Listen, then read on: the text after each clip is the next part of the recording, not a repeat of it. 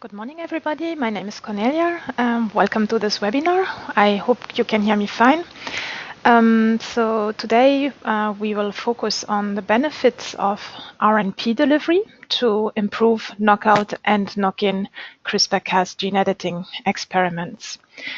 You will be muted during the session, but you can type your questions at any time into the questions box, and I will take questions at the end.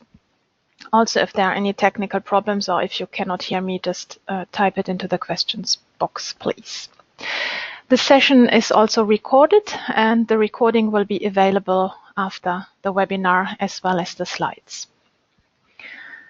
Okay, so let's get started.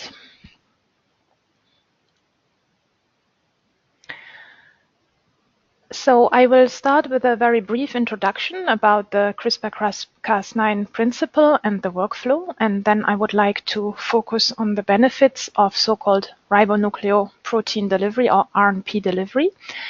I will present two different methods for RNP delivery. The first one are the guided CRISPR-Cas9 vesicles, and the second method is the electroporation or nucleofaction.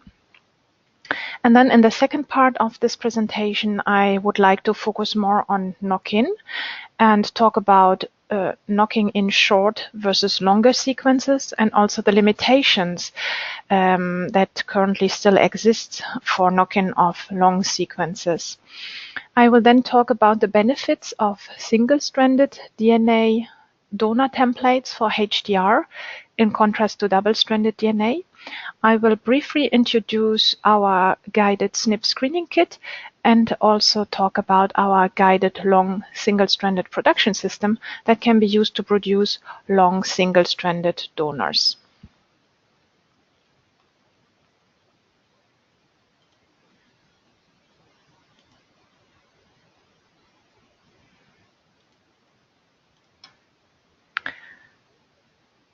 So the basic principle of CRISPR-Cas9 gene editing, the whole system is composed of two components, the Cas9 endonuclease, here represented in yellow, and a short so-called guide RNA that will provide the specificity to the genomic sequence that you want to target.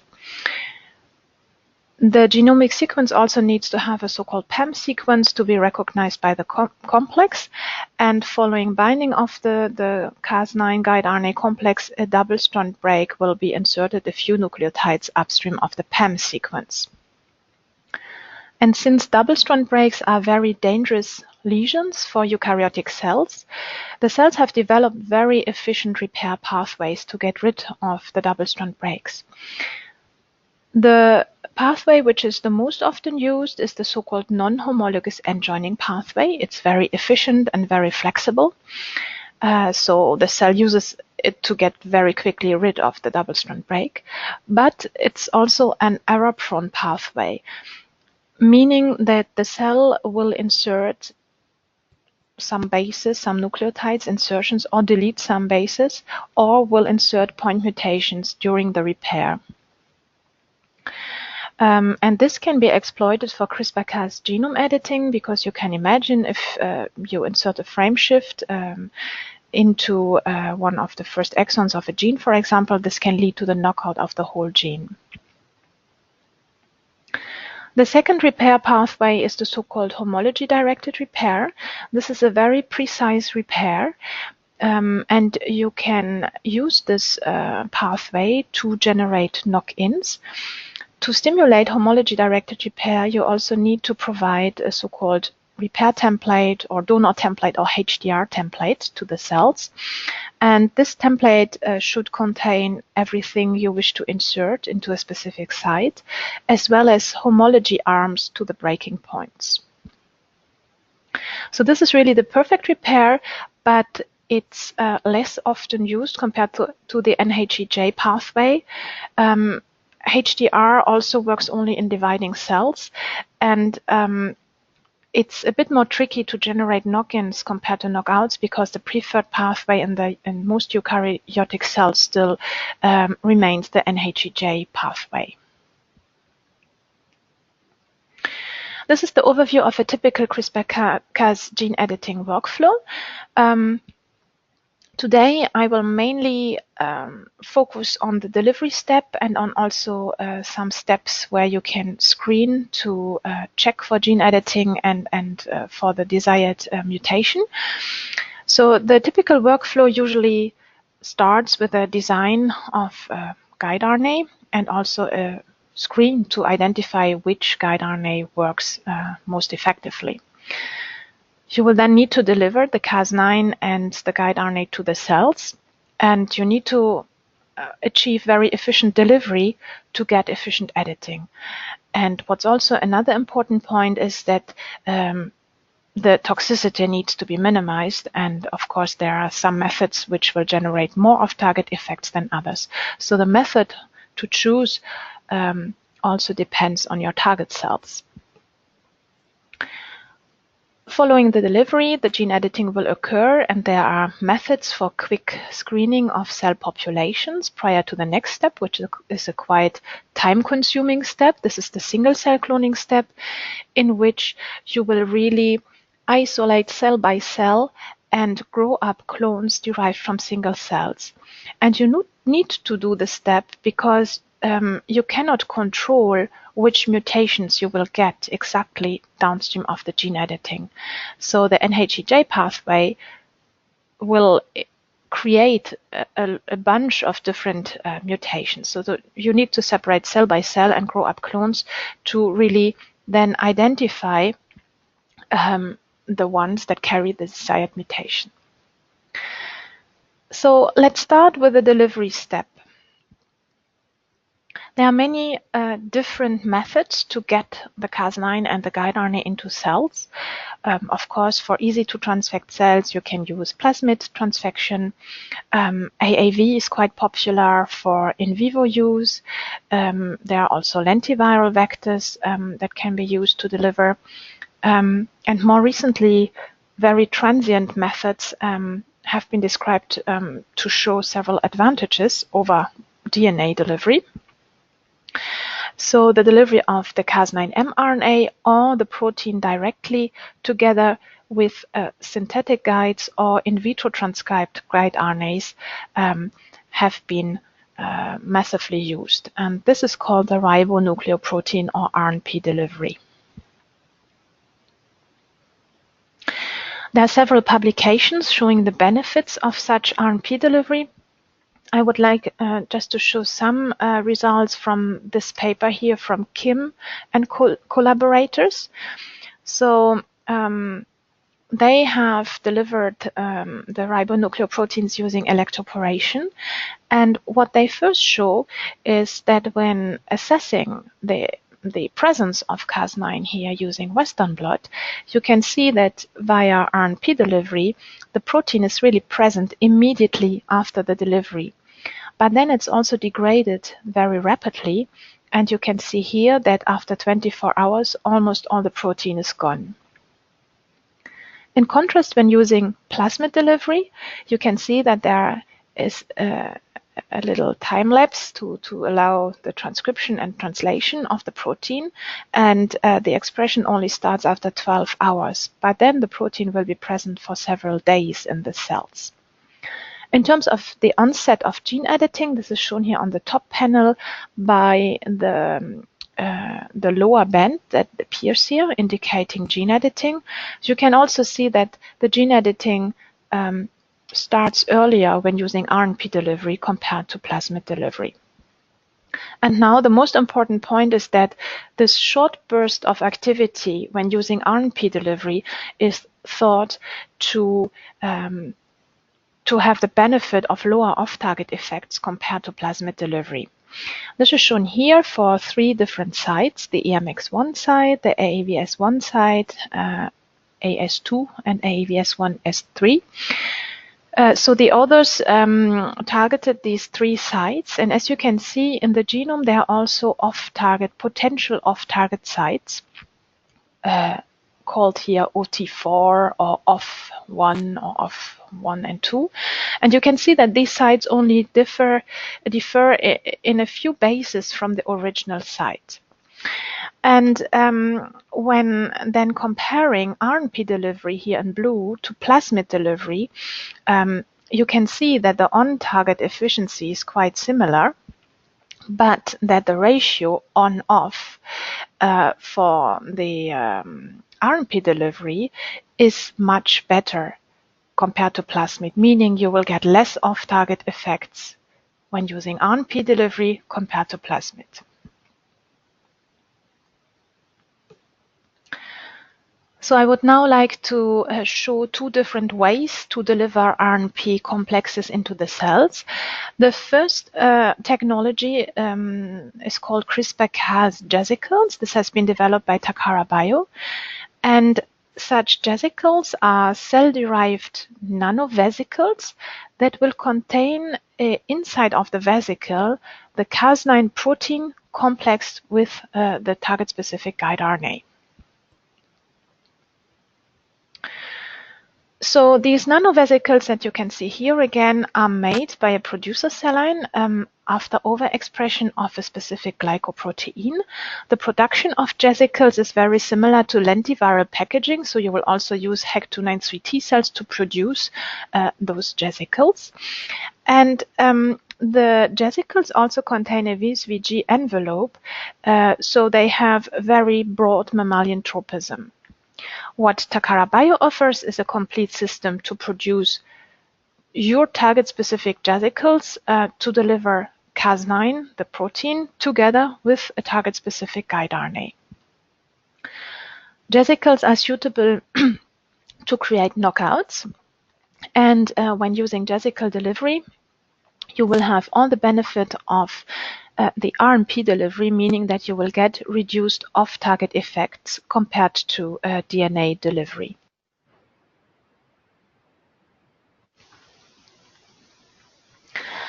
Here are some results that we produced in-house. So first of all, we wanted to knock out ZS green cassettes in different cell lines, in stable cell lines. And we assessed the knockout using flow cytometry to check the fluorescence in the cell lines. And we did a side-by-side comparison to plasmid delivery. So in gray, you can see efficiency of the knockout when using plasmid and blue vesicles. In the left panel, you have very easy to transfect cell types, and you can see that sometimes plasmid performs better than vesicles, but I will explain this in the next slide. You should get better specificity with the vesicles in such cell lines.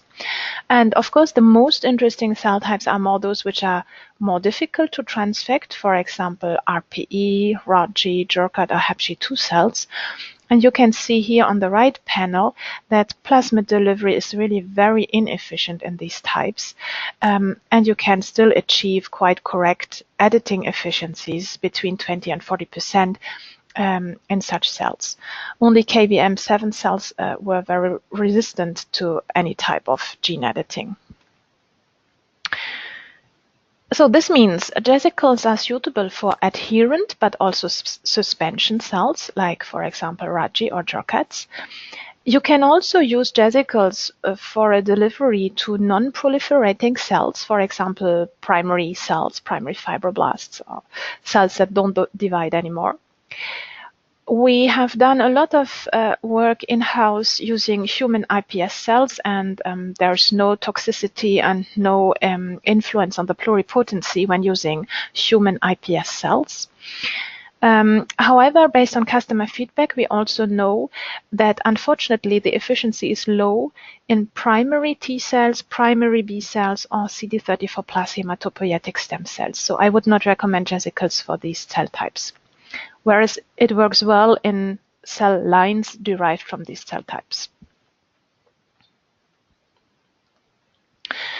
Here also just two recent publications showing the use of CRISPR-Cas vesicles. The first one showing a knockout in Jurkat cells, and the second one showing inactivating of an HIV proviral genome in a microglial cell line. So now the most important point I would like to show is that you have the benefit of the RNP delivery when using vesicles. In-house, we have also targeted the EMX1 site, and again here there's a potential off-target site in the genome which has 3 different bases compared to the EMX1 site. We have again done a side-by-side comparison of vesicles and plasmid delivery. And you can see here by the appearance here of the lower bands, the gene editing at the EMX1 site when using plasmid, but also you can notice a lot of gene editing events when using plasmid for the off-target site. In contrast, we could get similar efficiencies for the EMX1 site when using vesicles. I think this experiment here was done in hex cells, so very easy to transfect. And you can see that the off-target site is very clean and there was no editing at the site when using vesicles. Okay, I will now come to a second technology to deliver RNP complexes, and this is simply electroporation. I just put here the photos of the neon transfection system from Thermo Fisher or the nucleofector from Lonza. So again, with electroporation, you will also have all the benefits of the RNP delivery. Takara Bio also provides the recombinant protein, which is called the guided recombinant Cas9. Electroporation of RNP complexes can be used for knockouts, but also for knock-ins, and I will talk about this in the last part of this talk. And electroporation is also suitable for primary hematopoietic cells. So now what's special with Takara's recombinant Cas9? So there's nothing very fancy. It's the recombinant wild-type enzyme, but we provide it at high concentration and with lower glycerol in the buffer compared to other vendors' enzyme. So we have only 10% of glycerol in the storage buffer, and we found that this really helps to get highly efficient delivery via electroporation. Just some results here using the recombinant protein together with the guide RNA against CD81 in human iPS cells. We did a comparison with other recombinant proteins and used the same guide RNA for all the experiments. And you can see that Takara's recombinant protein performed very well. And we believe this is due to the lower glycerol content in the storage buffer.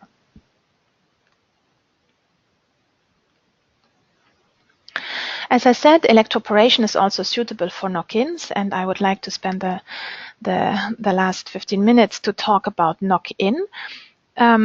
Also about the limitations of knocking in long sequences and the benefits of using single-stranded DNA HDR templates.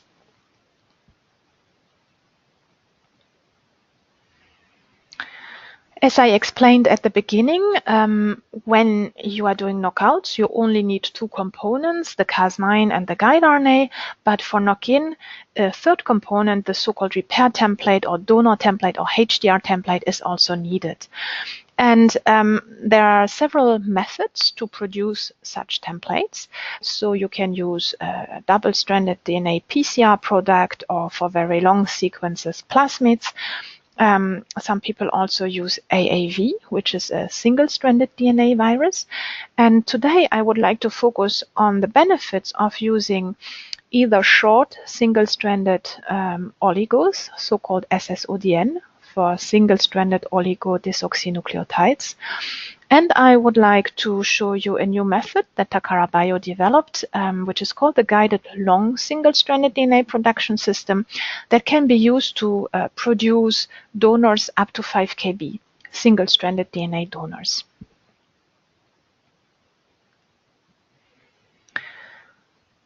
So Nowadays, gene knockout has really become fairly routine, and as we just saw in the first part, the delivery of RNP complexes can really greatly help to reduce off-target edits. Still, the design of the guide RNA is very important, and also using an optimized scaffold can help to get better efficiency. But typically, knockout efficiencies now range from 50 to up to 90 or almost 100%, of course, depending on the cell type.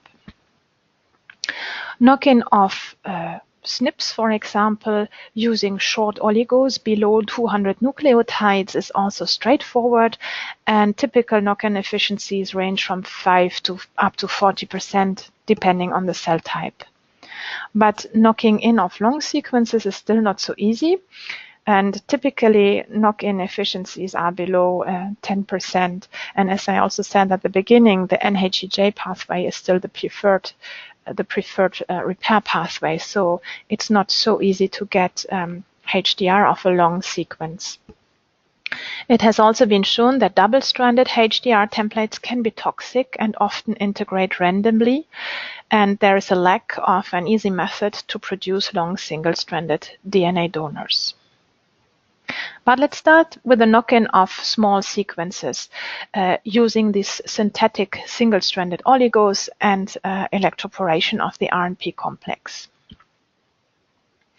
It has been shown already back in 2011 in this paper here that these short SSODNs are, first of all, more efficient compared to plasmid. This is shown here. And second, they are also more specific. So this was already back in 2011 where people were rather working with zinc finger nucleases, and CRISPR-Cas was not really used yet. So in this paper, what the authors show is in blue, the lanes that I marked in blue use single-stranded DNA repair templates, and in green, double-stranded repair templates, either the sense plus the antisense transfected together, or pre-annealed sense plus antisense strands. So what you can see is that the on-target efficiency here seems, as far as visible on this gel, seems quite similar. You can see here gene editing for these different templates, except for the negative control. But what you can see here when using an oligo without any homology to the insertion site, you will still get gene editing events when using double-stranded DNA, whereas there's no gene editing when using single-stranded DNA, showing better specificity of the SSODN. So in-house, we also developed electroporation protocols to do like SNP repair using short oligos. And we did this in human iPS cells. And our first model was a very easy one. We just wanted to correct 3 point mutations in ACGFP to restore fluorescence. And our conditions were, so we used 150,000 iPS cells, 1.5 microgram of guided recombinant Cas9, 0.5 microgram of guide RNA, and 1 microgram of a short SSODN. And we then electroporated the whole complex in one go using the neon transfection system. And as you can see here, it worked pretty well, and about 30% of the cells were repaired. So this was a very easy model. As you may know, SNPs are also associated with a wide range of human diseases. And today, there are around 32,000 SNPs that are known to be pathogenic in humans. And below, I have just listed a few just single nucleotide substitutions that are involved in disease. And the possibility to do CRISPR-Cas gene editing in human iPS cells has allowed now to create what is called isogenic cell lines, meaning these two cell lines are have a completely identical genetic background, except for the mutation that you are studying. So for example, you can start from a healthy person and then insert a point mutation using CRISPR-Cas, and then differentiate these two lines into a cell type which is relevant for the disease you are studying, for example, into hepatocytes, cardiomyocytes, or neurons. On the other hand, you can also start from a sick person and then correct or reverse a mutation using CRISPR-Cas, and then again differentiate these two isogenic cell lines. And so such gene editing in iPS cells has been described in the literature, and these publications really now have created very helpful disease models for the scientific community.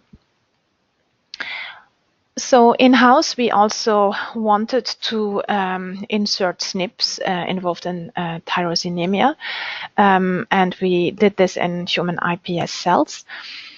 And our typical workflow is depicted here. So we used electroporation of the RNP complex together with a short synthetic oligo. And we have at the same time developed a method that can be used to screen for SNPs, either in the mixed population or in single clones downstream of the single cell cloning step. And this method is called the guided SNP screening kit. It's a quite easy method just to detect the presence of a SNP using a fluorescent readout. So the protocol starts, for example, here's the example of clones after single cell cloning. So in your different wells, you will have cells which will carry the SNP and cells that do not carry the SNP. So here we are talking about a G to A transition. The protocol then starts with DNA extraction. This is directly done in the plate. PCR amplification of around 200 to 700 bases of your target region. And then design and hybridization of two different oligos with your sequence, with the PCR product. And as you can see here, this so-called flap probe oligo will be downstream of the SNP and also needs to contain the interrogated base, so in this case here the A. And the second oligo here is just upstream of the SNP. And in case this flap probe oligo hybridizes to the SNP, a so-called double flap structure is built. And this is recognized by the enzyme provided in our kit, which is the guided flapase that will cut off a fixed sequence of this oligo that will emit the fluorescence. On the other hand, when your G is still a G and not an A, this oligo here will not really anneal to the sequence, and a so-called gap structure will be formed, which is not recognized by the flapase enzyme, and so there will be no signal. So the whole workflow from the extraction of the DNA, PCR amplification, annealing, and the flapase assay only takes 4 hours, so it's quite straightforward. It's a qualitative yes or no output using the fluorescence. So fluorescent signal means yes, there is a SNP, and no fluorescence means there is no SNP. As I said at the beginning, this kit can be used to detect HDR in the mixed cell population, but also in single clones. And one important step is also that here at this step, you do not need to optimize your PCR. The kit also works very well when there are some extra bands, so no need of PCR optimization. So let's get back to our iPS cells and SNPs related to tyrosinemia. We wanted to insert a first SNP, G to A transition at this position, and we had the choice of 3 different guide RNAs. We did 3 different experiments, so using guide RNA 1, 2, or 3, and again we electroporated the RNP complex, and then we screened for HDR in the mixed population. And we did this after around 2 weeks after the gene editing. We compared 2 different methods.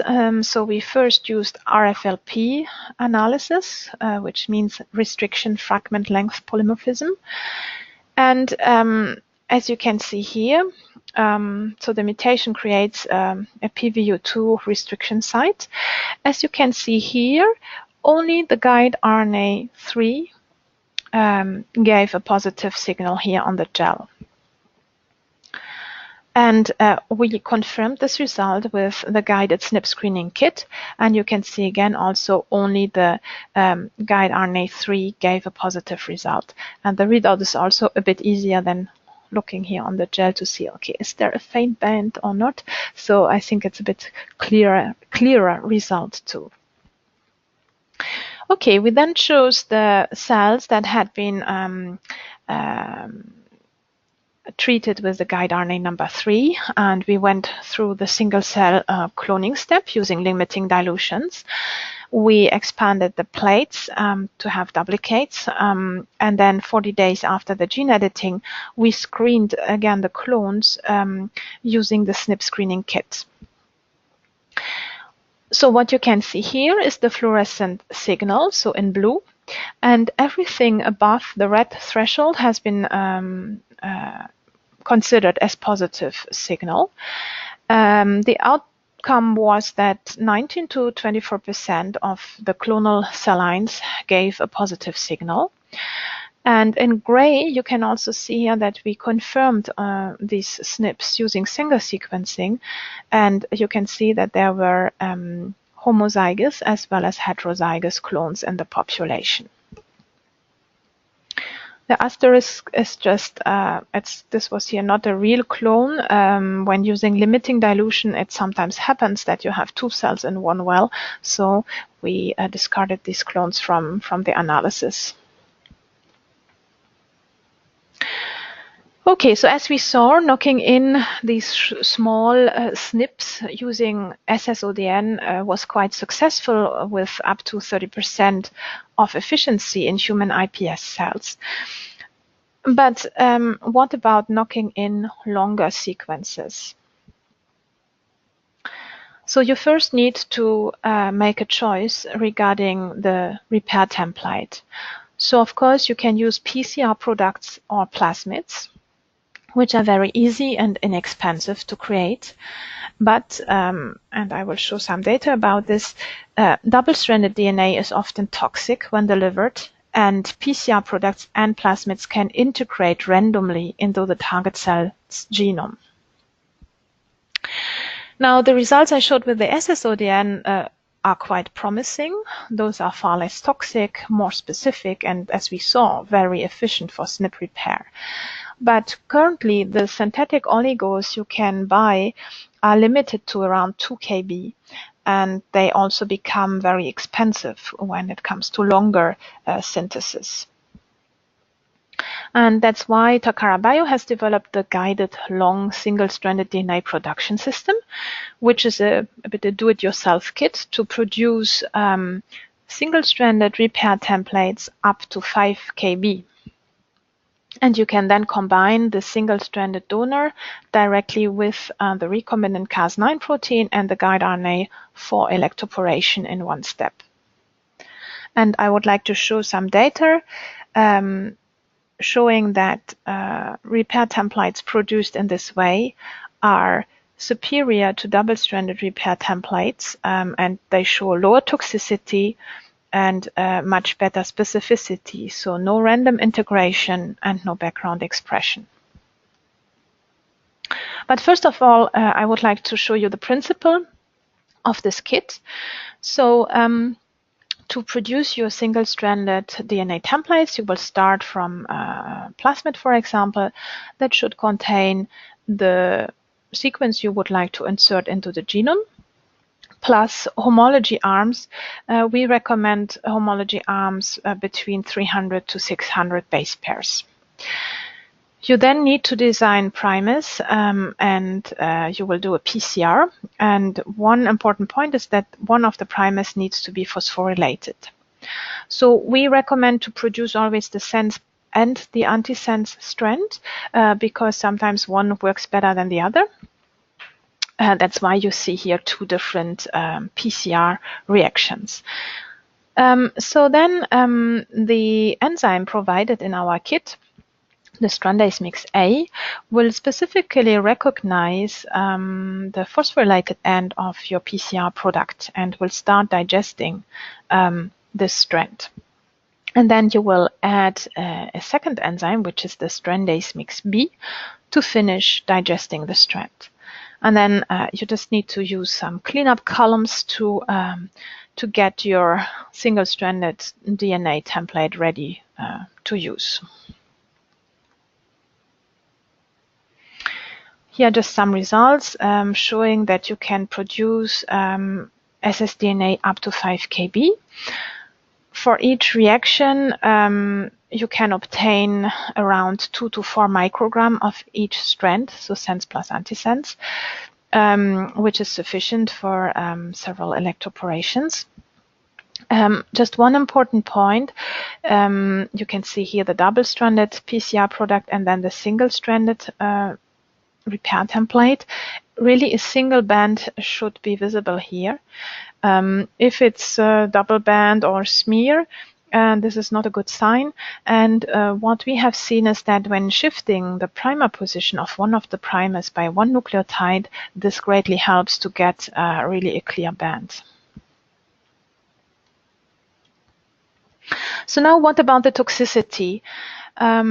We did some tests in-house, again in human iPS cells, that we electroporated with either with the RNP complex or just with the guide RNA and the donor template.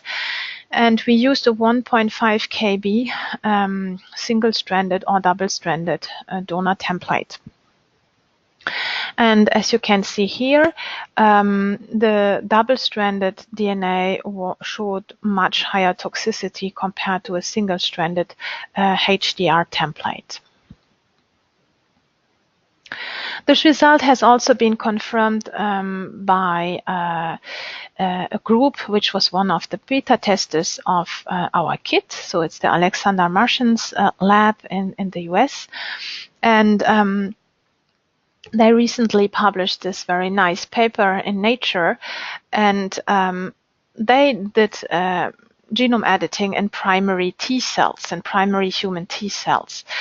And what they did here in this experiment is that they electroporated different amounts of DNA template, and they either use double-stranded DNA or single-stranded DNA.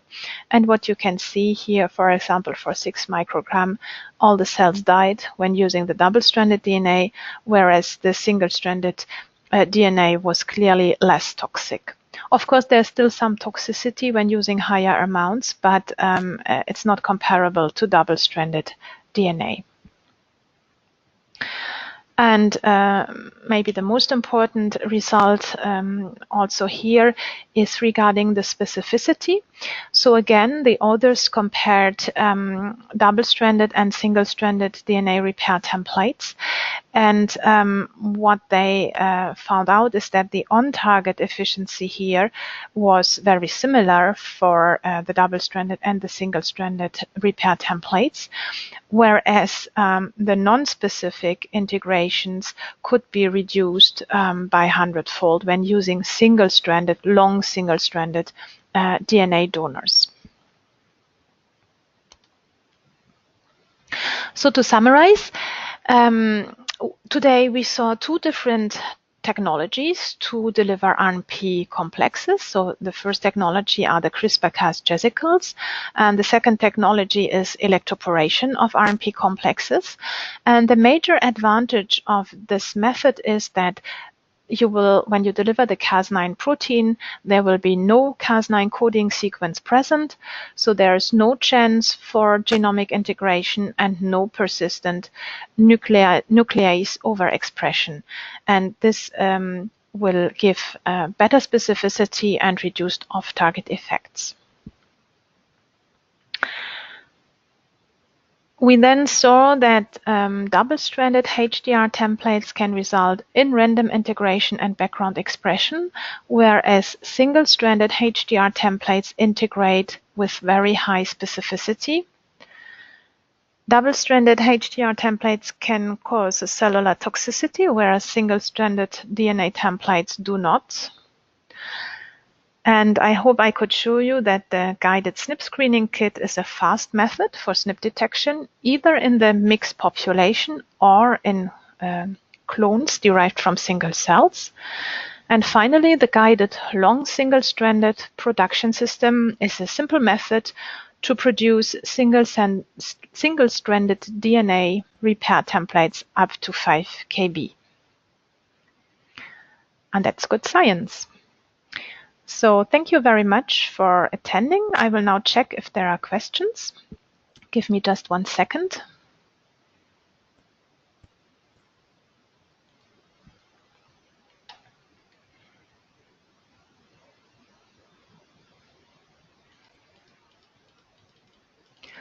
Okay, so there was one question. What is a jesicle? Please explain more. So a jesicle is, as I said, a cell-derived vesicle, and it will pack the RNP complex inside of the vesicle.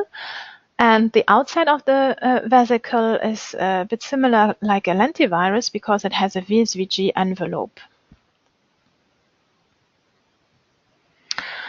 Then we have another question. Do the jasicles work in mouse ES cells? And do you know if this affects the germline transmission? That's a good question. We do not work with ES cells in-house, I believe. We have only tested iPS cells. And I'm not aware of any publication using it in mouse ES cells. So yeah, unfortunately, I only know that in the iPS cells, it worked very well, and there was also no effect on pluripotency.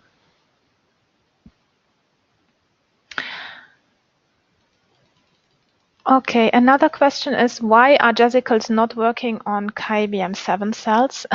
Unfortunately, I don't know. And they are very hard. You could see that the transfection also did not work.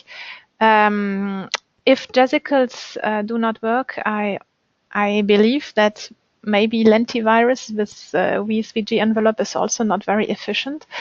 But yeah, unfortunately, I do not have an explanation. Some cell types are very tricky for the delivery. I think it's a leukemia cell line, the KBM7.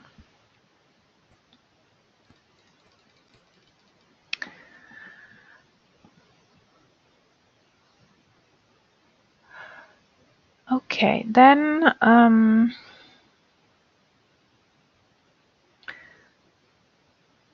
what is the role of the PEM sequence? So the PEM sequence needs to be present in the genome of your target cells to be recognized by the CRISPR-Cas complex. For the wild-type Cas9, so the one I showed the results here with, it's just an NGG. So N can be any base and then followed by 2 Gs. This is a very frequent sequence in the genome. I think it occurs every 20 or 30 bases. But yeah, it's like a recognition site that the whole complex can dock onto your target site. Then we have another question. How stable is the complex of the guide RNA and Cas9 at 4 degrees? And to which concentration can the Cas9 dilute it and still be working? So the RNP complex, to my knowledge, is very stable. I think we even recommend to incubate at 37. The repair template will be a bit less stable. So what we recommend is, so you first form the RNP complex, then you put the whole thing on ice, and just before the electroporation, you add the HDR template. I think I even heard that people left the whole RNP complex like on the bench, and it's still something very stable. Now, to which concentration you can dilute the Cas9, this is a bit tricky question, because this also really depends on the target cells. And I think when you are starting electroporation of RNP complexes to your target cells, you will really need to do like some dose response experiments, or check if with which concentration the gene editing will work best. I cannot really give a general answer regarding your question.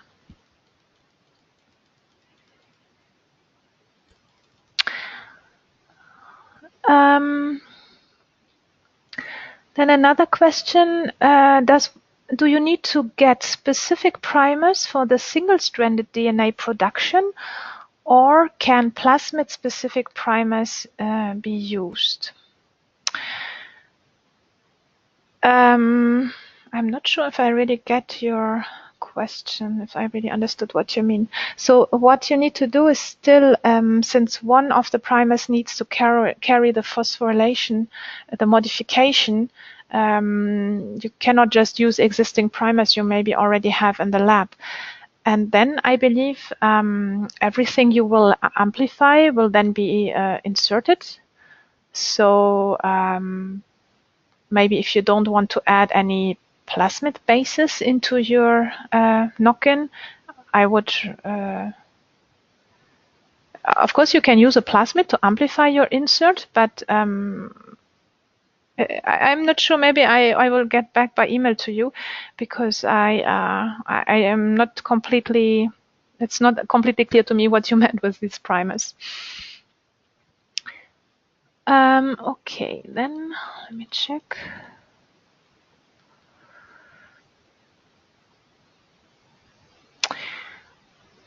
Okay, another question. I would like to know more how to design HDR templates for replacing a mutated sequence with a normal sequence. How do you design your HDR sequence?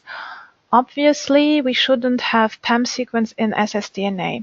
Okay, what I suggest is that I will send like a Q&A, and I will put you some tips on HDR design in the Q&A, because it will take a bit too long to explain everything now.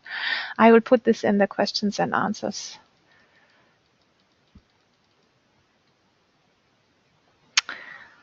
Another question is vesicles a nanocapsule?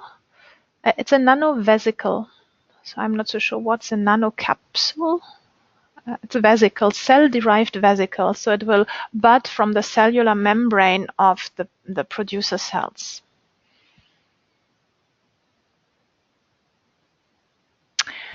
Another question, are there any successful stories on using guide RNA produced using the guided in vitro transcription kit together with recombinant Cas9 introduced into zebrafish by microinjection? So I know that our enzyme has been used for microinjection. So I think one was into mice embryos and one into the silkworm. I'm not aware of zebrafish, but I think it should be feasible too.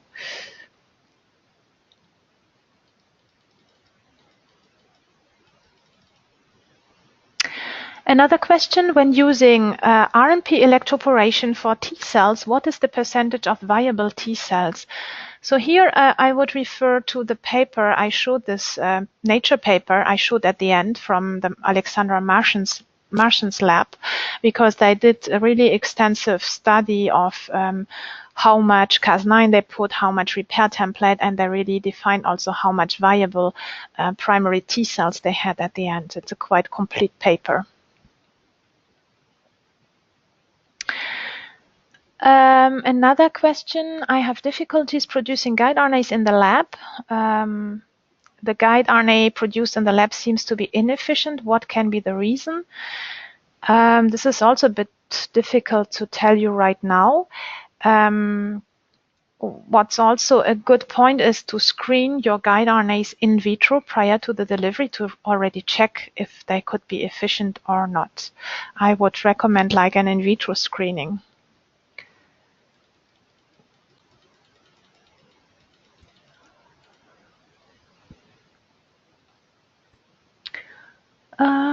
Let me just check. There are still more questions.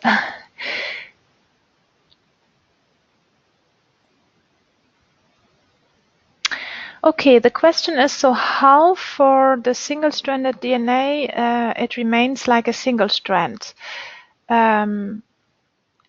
Is there a risk that it will anneal to itself? How can it be kept as a single strand? So usually after production, you just need to freeze it down. Of course, maybe depending on the GC content or the specific sequence of your insert, there might be some secondary structures, but we did not have any specific problems due to the fact that this was a single strand. We did not observe self-annealing, but I think you are right. This could depend on the specific sequence.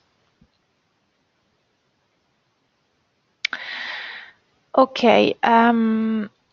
Then there was another question again to better explain how the SNP screening kit works. What I will do maybe is I will put a link in the Q&A there's a short video which explains maybe better than me because we are a bit short in time. And I hope that then you will understand better. So it's the basic principle is that you will use two different oligos that will surround the SNP you are studying, one upstream and one downstream of the SNP. And the base of the SNP needs to be included in one of the oligos. And then if it can anneal, the enzyme of the kit will cut off a 12 nucleotide sequence in this oligo, and this will emit the fluorescent signal. But I will put you a link to a video into the Q&A, and I hope it will be clearer then.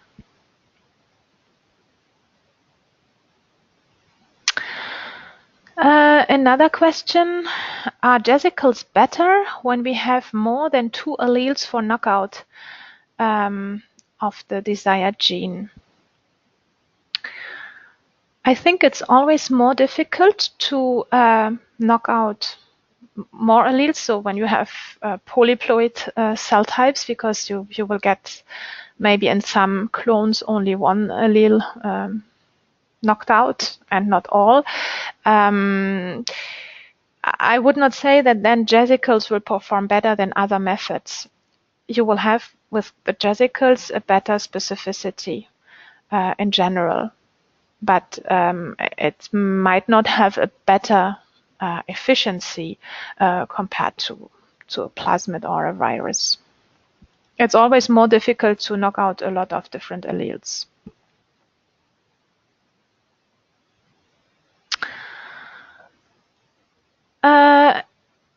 Another question, which method would you recommend for primary cells which are difficult to expand after gene editing, both for SNP modification and long knock-in? Yeah, I think you really, for the knock-in, you really need to consider if your primary cells do not proliferate at all. I think the HDR will not work. It only works in dividing cells. So then it's very tricky. And if you have really cells that do not grow anymore, it's very, very difficult to do the single cell cloning step. And yeah, if you plan to do HDR, you really need to be sure if your cells are still proliferating a little bit or not at all, because HDR only works in dividing cells. Another question is how to produce a guide RNA. Takara Bio offers a kit. It's a principle based on in vitro transcription. I will send you a link to the protocol in the Q&A.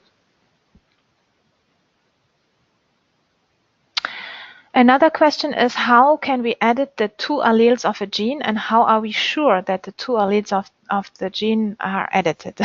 Yeah, this is a good question. So when you have your mixed population or even the clones, you will get all kinds of different edits.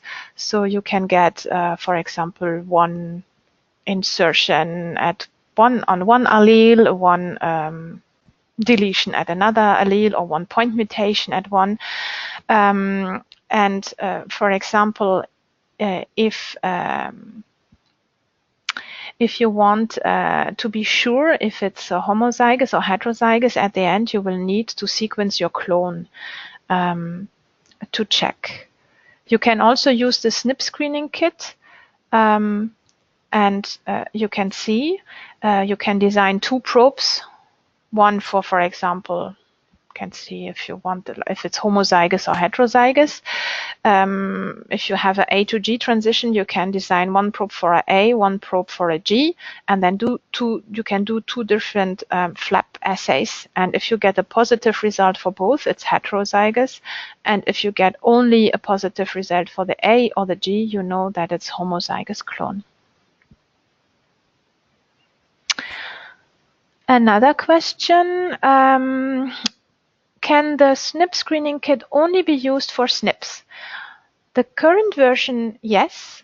I know that our R&D is also developing something for longer insertions, combining two colors apparently, and you can be able then to check for the insertion of little tags or fragments. The current version is really for one single base modification.